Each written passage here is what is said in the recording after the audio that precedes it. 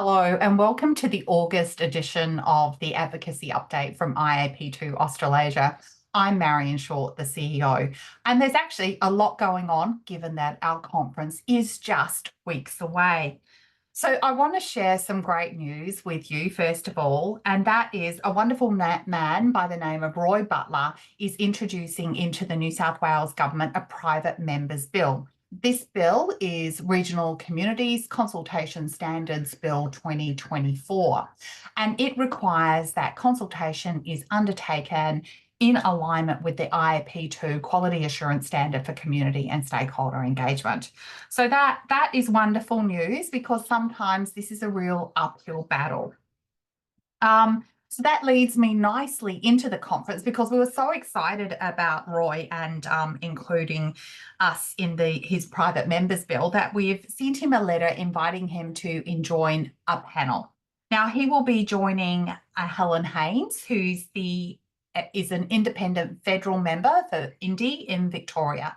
Now Helen has been quite outspoken about her views on better community engagement, particularly on the energy transmission projects. So Helen's confirmed, and we've invited Roy, so we're just waiting to hear back from him to join a panel on prioritising community wellbeing in planning energy, infrastructure and natural resource projects. So this is going to be an excellent panel on at the conference, joining a host of other excellent panels, no favourites.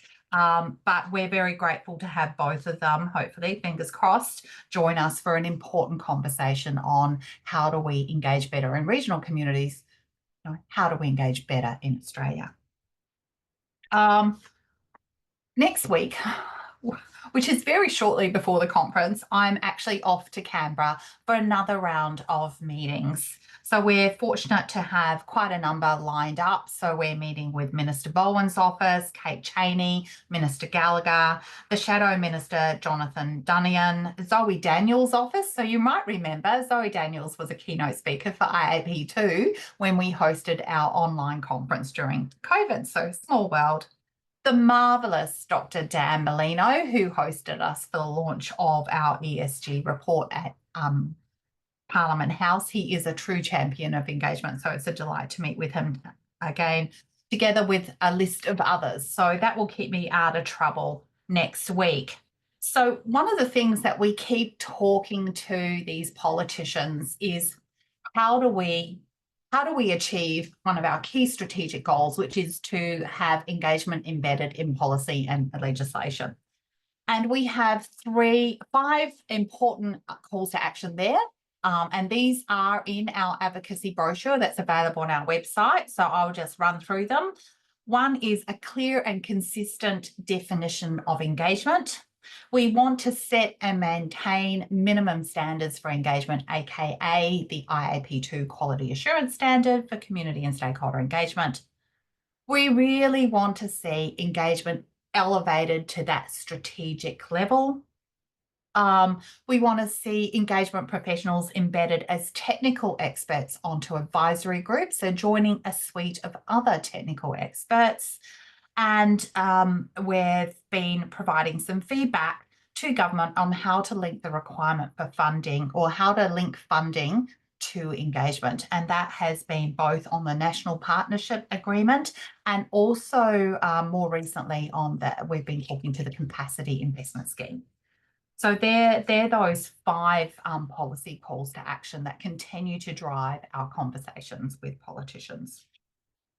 Over in New Zealand, you may recall we made a submission on the NZ Fast Track Approvals Bill, and then the marvellous Anne Patillo and myself appeared before the Select Committee, along with 27,000 other submissions. So the government is wading through that. There's no news happening. There is some talk about the name being changed, but I can't really see anything to confirm that at the moment.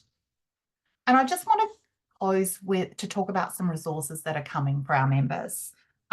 So our research working group is undertaking the development of a co-design practice note. It's actually the first of two practice notes that they're going to commission. But this first one it's going to talk about an introduction to co-design. It's going to provide a clear definition of co-design and what are characteristics of co-design. this is going to be an important advocacy tool because co-design is one of those words that's been bandied about everywhere and not necessarily well understood.